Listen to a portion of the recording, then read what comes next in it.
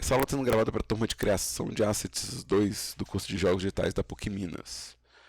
Se você está chegando nesse vídeo por acaso no YouTube, deixa eu te dar um pouco de contexto. Isso é parte de uma playlist.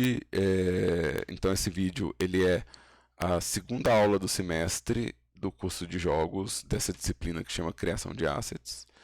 E talvez não faça muito sentido se você ver só esse vídeo fora do contexto ou fora da ordem. Tá? Se fizer, avisa pra gente. Caso você queira assistir as coisas na ordem, no meu canal aqui no YouTube tem uma playlist. E nessa playlist de criação de assets 2 aqui, 2022-1, eu estou colocando os vídeos na ordem. Né? Então, se você estiver vendo essa playlist e os vídeos não estiverem todos lá, é porque ainda estou gravando eles, né? Mas se você tiver muito futuro, vai lá, talvez já tenha todos os vídeos do que é esse curso, né? Isso vale para qualquer pessoa pode assistir, qualquer pessoa pode acompanhar essas aulas, mas eu tenho ao vivo aqui os alunos matriculados no curso de jogos. Esses alunos eles podem entrar ao vivo com perguntas, né? E eles podem também mandar trabalhos em algumas aulas para eu poder dar feedback. Né? Sem contar que eles participam do processo avaliativo do curso, fazendo trabalhos, né? e recebendo nota pelos trabalhos, que sei que nem sempre faz muito sentido, mas é parte do processo acadêmico. Tá? Na nossa aula anterior, a gente viu o nosso programa de ensino, né? A gente viu os links que a gente usa, e a gente também viu sobre o Snap. Né? Então, isso aqui é um conteúdo que a gente já falou sobre ele. O que eu não falei na outra aula foi sobre o grid e as medidas, que é importante para a gente. Né? Eu também não comecei a falar sobre a produção de módulos usando a conjunção desse conjunto de grids e medidas. Né? Então, fomos aqui no Blender. Né? O Blender é a ferramenta que a gente está usando nesse curso para modelagem. Né? E a gente vai falar um pouquinho sobre esse grid, né? Ou seja, essa... Deixa eu apagar isso aqui. Essa malha que está aqui, né? essa telinha que está indo até o infinito aqui, esse é o nosso grid. A gente vai falar um pouco sobre ajustes dele, configuração deles, também um pouco sobre a medida das coisas e como que o Blender aborda medidas. Tá? Então, começando com o grid, né? O Blender é um software 3D, né? Então ele está representando três eixos aqui ao mesmo tempo. Os eixos podem ser vistos aqui na bolinha. O eixo Z é o nosso eixo vertical. O eixo Y seria o comprimento das coisas, né, ou a profundidade, se estiver considerando profundidade como profundo da sala, né, diferente se for profundo do poço. E X representando a largura. Né. O nosso grid, por padrão, ele vem desenhado com essa linha verde representando o Y, essa linha vermelha representando o X, mas ele não tem a representação do Z. E a gente pode ver também que ele tem esse quadriculado aqui, ó, marcado aqui, e ele tem uma linha um pouco mais grossa a cada 10 desses quadrados menores, ou seja, a cada 10 medidas dessa daqui, ele marca para mim um valor aqui. Tá? Esse grid ele pode ser ligado e desligado através dos overlays, ou seja, ele é uma camada de renderização por cima da minha modelagem. Então, se eu apertar isso aqui, eu vou desligar esse grid. Deixa eu voltar com um cubo, só para a gente ter uma referência do modelo. Então, eu vou desligar aqui, ó, ele está desligando os overlays todos, né, todas as camadas de sobreposição, inclusive a seleção do meu cubo, a origem do meu cubo, ele está apagando o grid também, eu não estou vendo mais esse grid. Se eu ligar de novo, voltou todo mundo aqui, ó. Se eu clicar nessa setinha, ele vai me dar o quê? Ele vai me dar as configurações desses overlays. Né? Ou seja, o que está sendo desenhado por cima do meu modelo. Né? Então, eu tenho uma seção de guias, que é onde meu grid está configurado. Uma seção de objeto, que são as coisas que desenham sobre o objeto 3D. E uma sobre detalhes de geometria. Né? Então, cada um desses aqui tem uma função, obviamente, né? de orientação da visualização e da manipulação dos objetos em cena. Né? Então, um exemplo aqui, ó, eu tenho em objeto a opção de ver a linha externa do que está selecionado, que é o Outline Selected. Se eu desligar ela, essa linha laranja ao redor do meu cubo desaparece, né? Então a linha laranja do meu cubo é um outline selected, né? Eu também posso pedir para ele desenhar ou não as origens, que é essa bolinha laranja no miolo do meu modelo, né? Então eu posso desligar as origens, né? Eu também posso pedir para ele ligar, por exemplo, o wireframe, né? Ou seja, desenhar todas as linhas do meu modelo, né? Falar, não, desenha para mim as linhas de contorno do meu modelo, para ver como que a geometria do meu modelo está. Ou eu posso pedir para ele desenhar para mim a orientação de face, né? Ou seja, a orientação de face, ele consegue mostrar para mim se tem uma face invertida, né? Então eu vou inverter uma de propósito aqui, né? Então aqui eu tenho uma face que tem a normal invertida.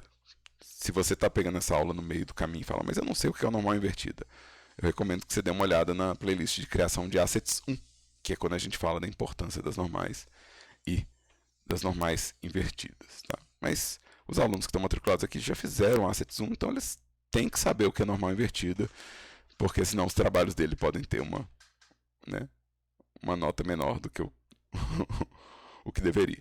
Mas isso é o quê? Isso é um overlay, ou seja, é uma camada por cima do meu espaço 3D que me ajuda a produção do modelo. Então aqui, ó, se eu desligar isso aqui, eu não vejo mais que tem uma face invertida, perco essa informação, mas ao mesmo tempo eu volto a ver o meu modelo, volto a ver essa massa cinza. Então todos esses aqui são overlays. E esse primeiro aqui é o meu grid, né? Aqui não tem como eu desabilitar o grid, vocês vão ver que ele não está marcado como um processo de desligar. Esse grid ele só vai estar acessível para ser desligado em momentos específicos, ou seja, para eu desligar ele como um todo assim, né, para aparecer a opção de desligar, eu tenho que estar na visão ortográfica e pré-definida, né, ou seja, esse grid que eu estou vendo aqui, né, que é o grid, né, que eu estou vendo aqui, é o grid isométrico, então ele só vai aparecer na visão ortográfica, então ele só pode ser desligado, ou seja, essa opção só aparece na visão ortográfica, né? Se separar o mouse, inclusive vai estar isso escrito como dica, tudo que eu estou falando, se eu separar o mouse sobre a parte do Blender, ele fala um resumo do que eu estou falando. Então, eu quero desligar o grid na visão ortográfica, eu venho aqui durante a visão ortográfica. Se eu tiver na visão numa visão personalizada, lembrando, visão pré-definida ortográfica, eu consigo desligar o grid. A visão de usuário ou a visão em perspectiva, né, ou ambas, esse grid ele vai ser desligado pelas opções de desligar o chão, ou seja, isso não é mais um grid propriamente disso, isso é um chão, né, isso é um piso, né, isso é um floor. E eu tenho também como desligar os eixos. Então, se eu desligar o piso, vai sumir aquela marcação cinza de quadriculados. E se eu desligar aqui os dois eixos, né, vai sumir completamente essa marcação de grid aqui. Eu também tenho a opção de ligar o eixo Z. Ou seja, aqui eu consigo ligar o eixo Z para servir como referência desse espaço. Essas linhas, elas nascem, essas linhas coloridas, elas nascem no ponto zero do mundo, né? Então esse é o ponto zero, esse é o marco zero do mundo, né? E a gente não configura isso. Isso é realmente um ponto importante para a gente, né? O ponto zero da interface 3D é onde as coisas nascem. Então, se eu vou construir um cenário, o ideal é que ele esteja ao redor desse marco zero. Se eu vou construir um asset, o ideal é que ele esteja ao redor desse ponto zero. Isso facilita a minha navegação, né? Isso facilita a localização do objeto, também facilita a transposição desse modelo para outros motores, né? Então, se você falar que esse objeto ele tem gravado nele uma posição, né, que é no zero do mundo, né? Se a gente olhar esse objeto aqui, ó, ele está na posição zero do mundo, e a posição zero do mundo é exatamente o encontro dessas linhas aqui, né? Eu vou desligar o eixo Z, né? E aqui, ó,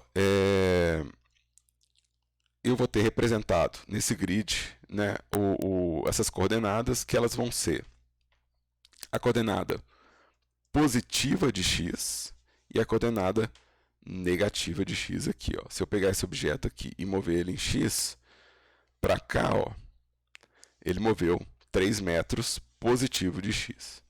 Se eu mover ele para o outro lado, ele moveu 3 metros negativo de x, né? Então, isso aqui vai marcar a direção de x positivo e negativo, ou seja, esse marco zero, ele define realmente um valor para mim, então aqui é 0 metros, e aqui foi 3 metros positivo, e aqui menos 3 metros, né? Eu vou ter a mesma relação com y, né? Então, vamos pegar aqui, ó, se eu mover esse objeto para trás aqui, ó, esse daqui na verdade é o quê? Isso aqui na verdade é o positivo de y. Se eu for na visão de topo, né? Se eu for na visão de topo, ele está como se estivesse subindo, como se estivesse avançando, né? Então esse aqui é o meu y positivo. Aqui vai ser meu y negativo, tá? Lembrando que esses valores podem mudar em outros softwares, né? Tem softwares que utilizam o y positivo para baixo, né? Alguns softwares de produção de jogos 2D utilizam uma inversão desses valores. Deixa eu pôr aqui no ponto zero. E a gente vai ter também, ó, aqui na visão de frente sem perspectiva, né, o valor positivo de z e o valor negativo de z, né? Então, se eu abaixar meu objeto aqui, eu tenho os valores positivos e negativos.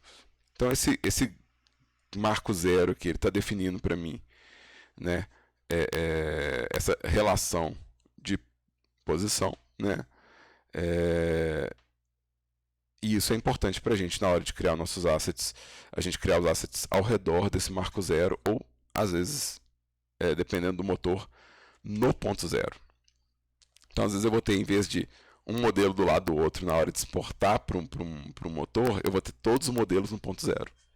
Todos os modelos no marco zero.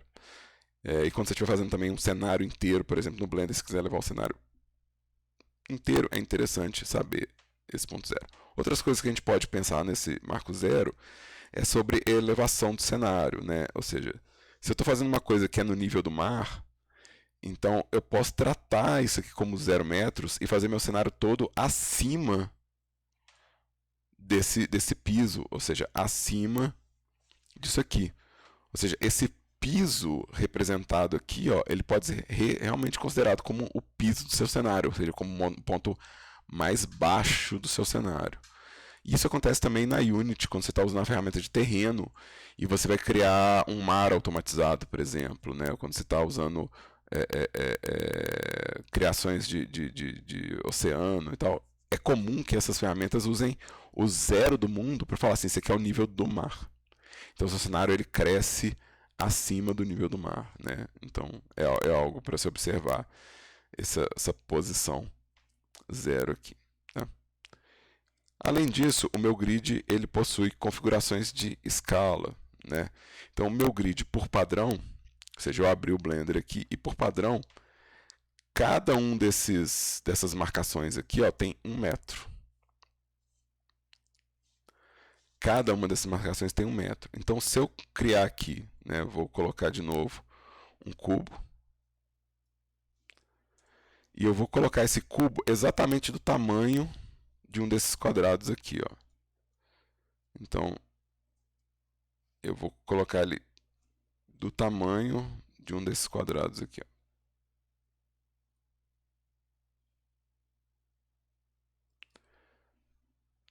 Se eu fizer ele do tamanho de um desses quadrados, deixa eu fazer isso mais bonitinho assim, né?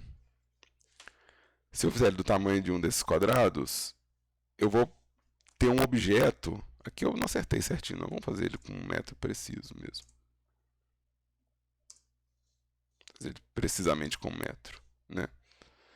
Ou seja, aqui, ó, se eu alinhar esse objeto com o meu grid, né, eu vou usar o snap que eu falei na aula passada, eu vou usar o snap para dar o meu absolute grid snap, né? Ou seja, eu vou usar a ferramenta que a gente comentou na aula passada.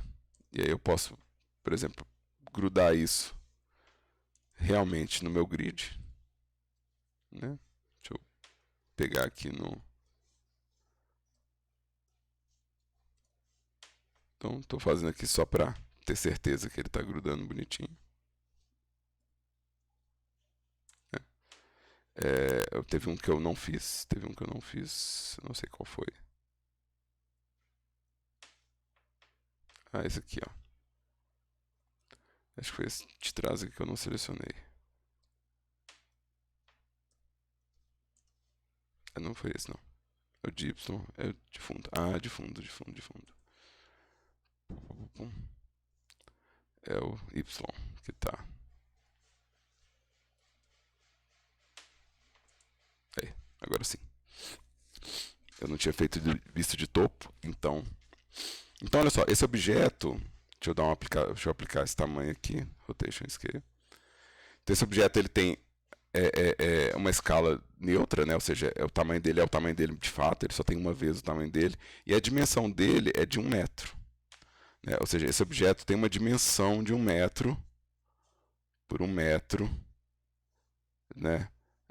Por 1 metro de profundidade. E a gente vai ver que ele está encaixando perfeitamente com o meu grid. Ou seja, esse grid é um grid que vem por padrão com a marcação no sistema métrico é de 1 metro. Tá? Para quem quiser ver as dimensões do objeto, né? Quem quiser fazer conferir as dimensões de objeto, lembrando, eu confiro as dimensões do objeto no painel lateral que tem no meu 3D View, que é essa setinha minúscula aqui. Né? Eu também posso acessar esse painel apertando a tecla N, né? A tecla N do teclado, né? Ele vai mostrar esse painel lateral. Eu também posso pegar esse painel lateral vindo aqui e pedindo sidebar. Nesse sidebar eu tenho a primeira opção que é item. Item vai falar sobre o item selecionado. Né? Então meu item selecionado ele está nessa posição, né? A origem dele está nessa posição. Essa é a rotação dele, essa é a escala dele, ou seja, quantas vezes ele tem o tamanho dele. E esse é o tamanho, a dimensão dele. Ó. Então ele tem 1 metro em cada um dos eixos. Né? Então, isso, de novo, isso é importante para a gente, tem a ver com as medidas. E a gente vai ver que meu grid está seguindo uma escala métrica e que ele está usando essa marcação para definir 1 metro. Né? Se eu der um zoom, eu vou ver que ele está dividindo em 10 esse metro. Ou seja, aqui é 1 metro. Né? A gente pode ver que a linha é um pouco mais clara. Né? Ou seja, vamos pegar aqui. Ó. Isso aqui, que é a linha mais clara, isso aqui é 1 metro. E cada um desses aqui vão ser 10 centímetros. Né? Ou seja, cada uma dessas divisões vai ser 10 centímetros. Isso quer dizer que se eu usar o snap, né, que é o que a gente viu na aula passada, lembrando, se você não sabe o que é o snap, assista a aula anterior. Deixa eu pegar aqui, increment. Seja, se eu fizer isso aqui no meu modelo, eu vou estar aumentando ele de 10 em 10 centímetros. Então aqui, ó, ele vai passar de 1 metro para 1 metro e 10. Né? Então se eu vier aqui nas minhas dimensões, 1 metro e 10 centímetros. Né? Então eu posso realmente usar esse grid como uma régua. E eu posso editar essa relação de escala do meu grid. Ou seja, eu posso falar que essa escala é diferente. Deixa eu pegar esse cara aqui, voltar ele para 1 metro. E agora eu vou mudar a escala do meu grid. Ou seja, eu vou falar que agora eu vou multiplicar essa escala por 3. Ou seja, mudou a relação de grid, ó. Mudou a relação de grid. Então agora meu grid mudou, ou seja, meu metro foi para minha divisão que era de 1 metro, ela deixou de ser a divisão de metro, né? Ou seja, agora ela é uma divisão, sei lá que divisão que é essa, né? Eu joguei vezes 3, sei lá o que eu fiz com a medida. Mas isso aqui não é mais uma divisão de metro. Se eu colocasse um valor mais quebradinho, sei lá, 3.33333333333, né? Eu ia dividir em terços, né? Ou seja, eu ia dividir, né? Ou seja, cada um disso aqui é 1/3 de 1 metro, né? Aí o Rafael fez uma pergunta muito interessante. Quando é que vale a pena mudar a escala do grid? Vale a pena quando você precisa dessas frações que não são na base de 10, né? Por exemplo, 1/3 não é na base 10, ou seja, isso é fracionário, né? Isso aqui é 0.33333 de 1 metro. Então, se eu preciso trabalhar com uma modelagem onde os cortes e os alinhamentos são fora da casa decimal, né? Ou seja, fora do 0.1, talvez compense eu mudar a escala do grid para poder ter um corte mais preciso, né? Ou seja, esse aqui está preciso em muitas casas, né, depois da vírgula, né? E na hora de eu cortar esse modelo, né, ou seja, se eu vier cortando esse modelo aqui, como eu estou usando o meu incremental, né, e a, a aderência absoluta, né, eu vou conseguir, tipo, ajustar isso aqui num terço preciso. Olha só, isso aqui, ó, vai me dar um terço preciso desse modelo aqui. Deixa eu dar um zoom aqui que eu acho que eu não fui no terço, não. Então isso aqui é exatamente 1/3 do meu modelo, né? Isso é exatamente 1/3 do meu modelo. Então nessas horas, se você precisa de uma divisão mais precisa, né, vale a pena você mudar o grid, tá? Também vale a pena mudar a escala do grid quando você está trabalhando com outras relações de medida que não são baseadas às vezes num sistema métrico ou no sistema imperial. Por exemplo, quando você está fazendo pixel art, é comum a gente mudar as configurações de grid também, então mudar a escala às vezes é útil para gerar uma medida que é múltipla de 8 ou múltipla né? Ou elevada à potência do 2, né? Então, isso aqui é bem legal. Ó. Então, fiz um corte de 1/3, onde o meu objeto tem 1 metro, mas ele está dividido em blocos de 1/3. E eu posso mudar isso a hora que eu quiser, porque isso não afeta a escala nem a dimensão do objeto. Ou seja, o grid ele é só uma marcação, então eu posso mudar isso a hora que eu quiser. Né? Ou seja, meu objeto o tempo todo ele continuou medindo 1 metro. Né? Ele continuou com a mesma medida e com a mesma escala. Né? Só para vocês observarem aqui, eu vou criar uma escala esquisita. Olha só, continua a mesma medida. Tá? Então, Rafael, respondeu sua pergunta? Gente, mais alguma dúvida até agora? Enquanto eu tomo um gole de água aqui.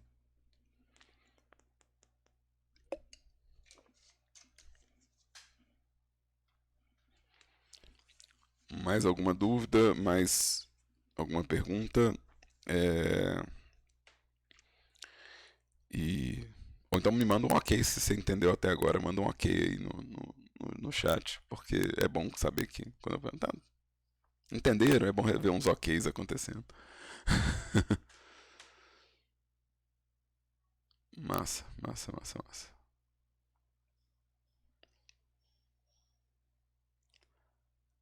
Obrigado, gente. Obrigadão. Aí, valeu.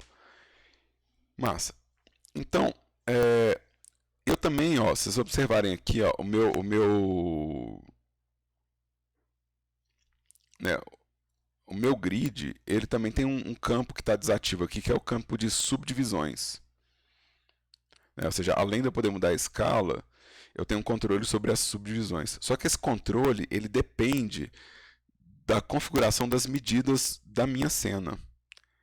Então, eu só consigo alterar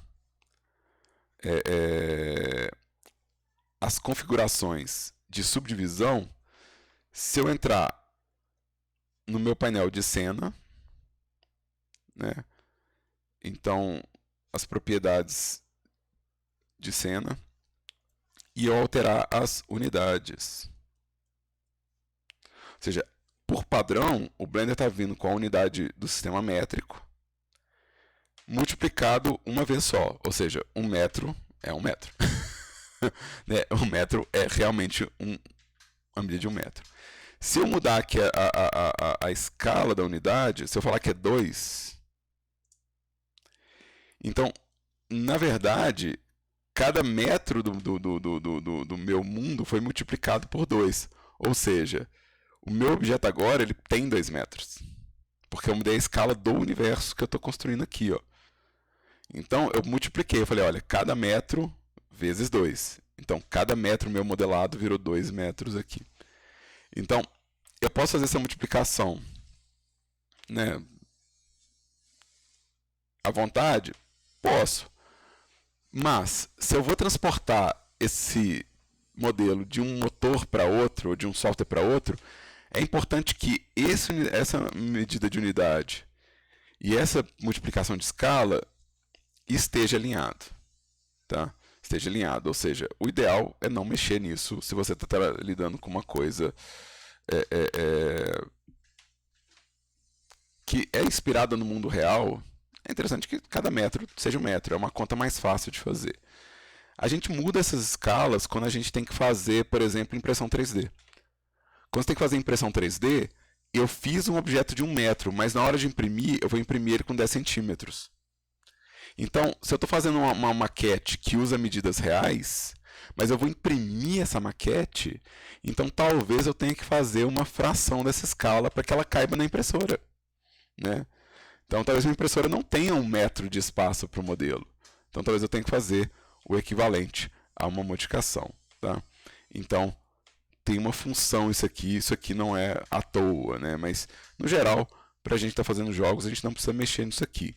Mas, se eu estiver fazendo pixel art, por exemplo, talvez eu não queira a medida do metro, mas talvez eu queira a medida do pixel. Ou seja, eu não vou querer que cada quadradinho meu represente 1 metro, eu vou querer que cada quadradinho represente 1 pixel. E se eu quero que cada quadradinho represente 1 pixel, então eu não quero o sistema métrico. Eu não estou lidando com metro. Eu não estou lidando com o sistema imperial. Eu estou criando uma medida minha. Cada unidade vai ser 1 pixel. Ou seja, é uma unidade arbitrária. Sou eu que estou definindo ela. E porque essa unidade é arbitrária, eu posso, ou seja, quando eu tiver com um sistema de medida nenhum, eu posso falar quanto eu quero de subdivisão. Então, eu posso aqui e falar que cada escala dessa é dividida em 8. E que cada quadrado desse aqui ó, é 1 pixel e que isso aqui ó, vai me dar uma pixel art de 8 pixels por 8 pixels. Ou seja, eu estou mudando a conta. Né? Então, se você vai usar uma medida que ela é arbitrária ou que ela é não inspirada no mundo real, você, além de poder avisar para o software que você não está usando uma medida pré-definida, você pode definir qual que é a fração dessa subdivisão. Né? E isso vai te dar um grid extremamente preciso para você poder fazer uma marcação, por exemplo, de pixel art. Né? Então você pode realmente construir um negócio que parece pixel art, ou que tem um aspecto de pixel art, ou de voxel. Né? Eu estou usando pixel como exemplo, mas um outro exemplo interessante seria o voxel. Né? Ou seja, cada cubinho desses aqui seria um voxel. Né?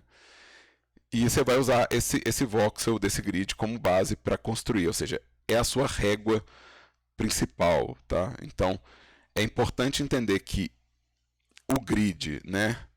Ou seja, essa marcação aqui, né? O grid é a sua régua, né? É a sua régua de modelagem, né? A sua primeira régua de modelagem, né? E essa régua respeita as unidades de medida desse sistema aqui, ó.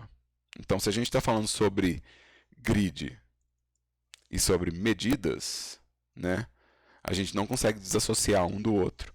E é bom lembrar que as medidas são determinadas na cena e que o grid ele pode ser configurado, ou seja, ele é flexível para atuar sobre essa medida, né? Ou seja, eu posso realmente ter uma medida precisa aqui, né? E usar esse grid como uma régua bem precisa também de modelagem, né? Além dessa régua, né, a gente tem também as réguas específicas do Blender. A gente tem a ferramenta de medida do Blender, né? Então existe uma ferramenta que permite que eu marque pontos no meu modelo e que eu faça uma marcação de medida aqui, ó. Eu vou grudar aqui para ver qual que é a medida, né, da minha diagonal, por exemplo, né? Ou qual que é a medida de comprimento disso aqui, né? Então eu estou marcando a diagonal desse cubo aqui, né? Deixa eu mudar para essa diagonal superior, né? Então eu tenho uma ferramenta de medida aqui, ó. Se eu vier aqui, vai me dar um espaço preciso, tá? Essa ferramenta de medida, se você parar aqui o mouse, ele vai te dar instruções sobre o comportamento dela, né? Se você clicar e arrastar, você está criando uma régua, né? Você pode ter mais de uma régua ao mesmo tempo. E você tem a régua ativa, né? Ou seja, se eu clicar nessa régua aqui, ó, ela está ativa branquinha. Se eu clicar nessa régua aqui, ela está ativa branquinha. Se eu apertar o X, né, eu apago essa régua. Então esse é um outro jeito de puxar medida no Blender, né? Você consegue criar uma régua de medida para saber qual que é o tamanho dos elementos, né? Deixa eu ver o que mais que ele tem opção. Ele tem um Ctrl para Snap, ele tem o Shift para lidar com a espessura. Então, se eu clicar aqui e arrastar, o Ctrl vai fazer um Snap, o Shift ele vai puxar o objeto procurando a espessura, né? Ou seja, ele está procurando aqui, ó, qual que é a espessura do lado que eu estou apontando, né? Então ele está pegando aqui, ó, a espessura, né? Na hora que eu dou o drag.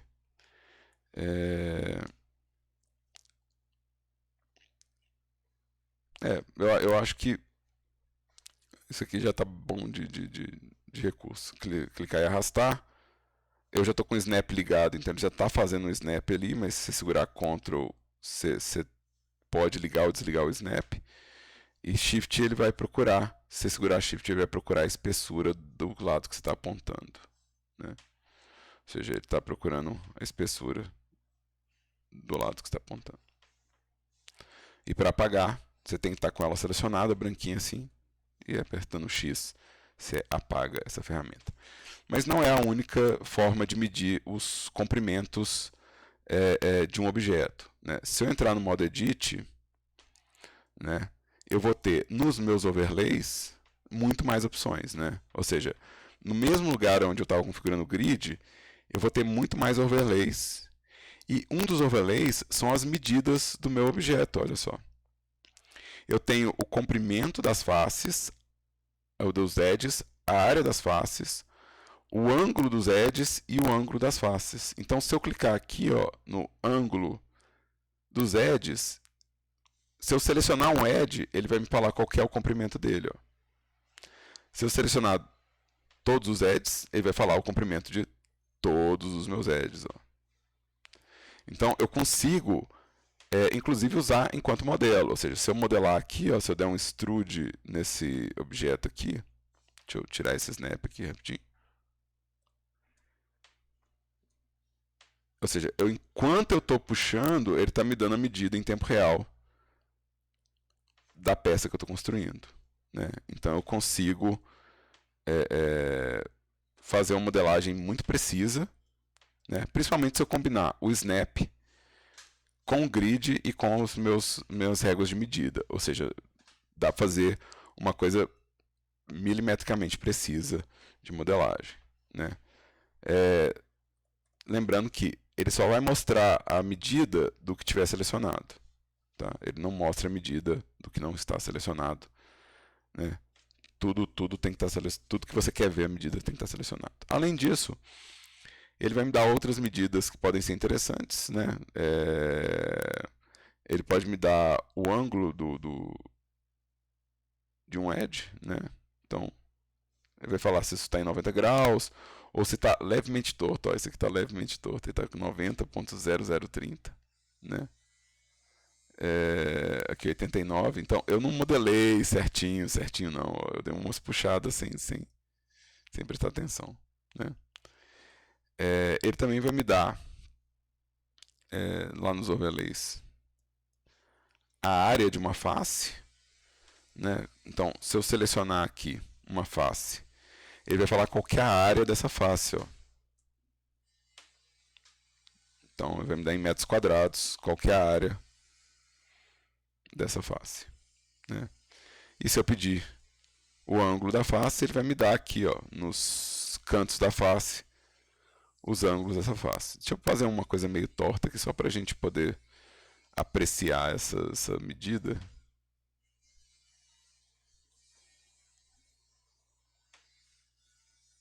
Então aqui, ó, eu tenho uma coisa que está em torno de 45 graus, né? Isso.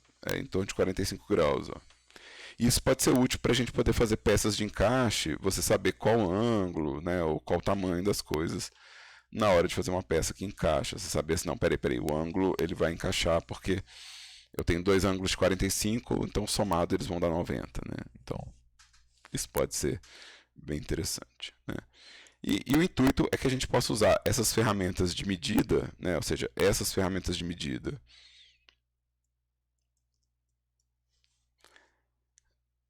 a ferramenta de medida que a gente tem na barra de ferramentas aqui, né? Essa ferramenta de medida aqui. Essa ferramenta de medida que a gente tem no modo objeto, né? No modo objeto, que a gente tem das dimensões do objeto. Essa ferramenta de escala e o grid para poder criar módulos que tem modelos que tem uma medida exata, ou seja, tem uma medida precisa e o encaixe mais preciso também. Ou seja, se eu estiver combinando tipo, o snap, o grid e as medidas, então quer dizer que eu posso fazer um módulo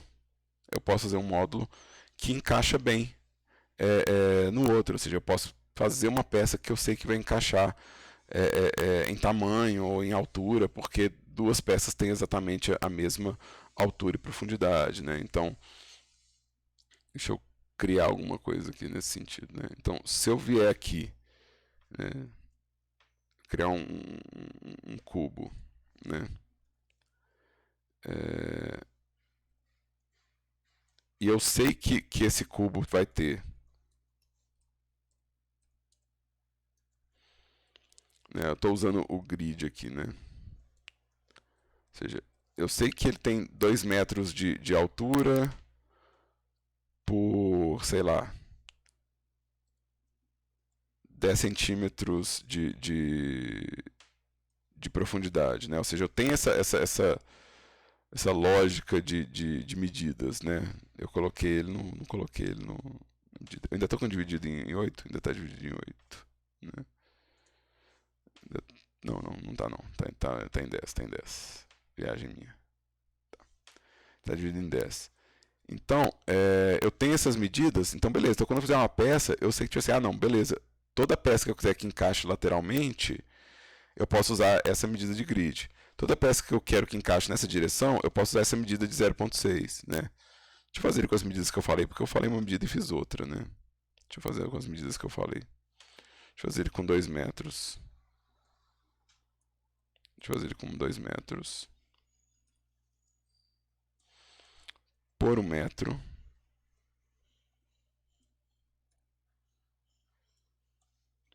Por 10 centímetros. Né?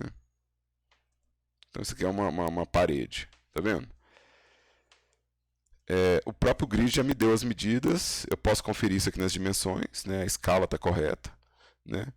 Então, na hora que eu criar uma outra parede, né, na hora que eu falar assim, eu vou criar um outro módulo, né, e aí esse módulo eu vou criar ele aqui do lado.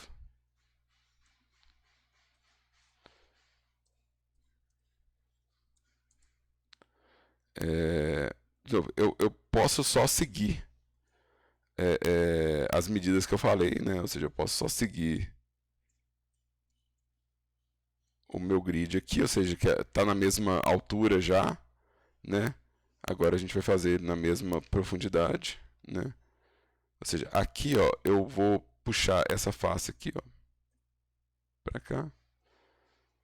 E, de novo, o encaixe disso aqui está preciso. E aí, de novo, o número de cortes que eu vou fazer aqui, ó, deixa eu pegar um grab. Vamos criar aqui uma beirada assim, ó. Vamos criar uma beirada, né? Deixa eu puxar isso aqui. Shift D, X. E vamos apagar isso aqui. E deixa eu juntar isso aqui. Ou seja, isso já são dois módulos encaixados. Ou seja, isso já são dois módulos encaixados, né? Eles encaixam na profundidade, né? E eles encaixam em altura, né? Inclusive esse módulo aqui tem exatamente o espaço disso aqui, né? Ou seja, se eu colocar na hora de fazer o jogo, se eu colocar um módulo desse aqui encaixado aqui atrás, eu sei que ele vai vedar precisamente o meu espaço aqui, ó, porque tudo está seguindo essas medidas, ou seja, eu estou fazendo né, modelos que tem essa medida padronizada, né? Ou seja, todas as coisas aqui elas têm essa quebra de medida. Então isso vai me ajudar a construir módulos encaixados, né? Ou seja, a conjunção dessas três ferramentas. Alguma dúvida, alguma pergunta dessa parte? Dúvidas, perguntas? O Denis chegou atrasado pedindo desculpa pela demora, tá tudo bem?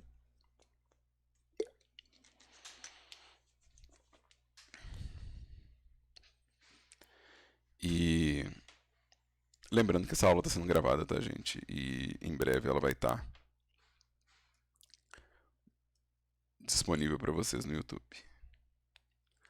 E se você estiver vendo ela no YouTube, bom, ela está disponível para você no YouTube. Né? O que eu posso falar além disso? Então, massa. Tá. Então, eu vou encerrar essa parte da aula aqui nesse tópico. Tá? Isso vai ser um vídeo separado, né, que vai chamar Grid e Medidas. E aí, eu vou fazer a gravação de um novo vídeo com o próximo conteúdo.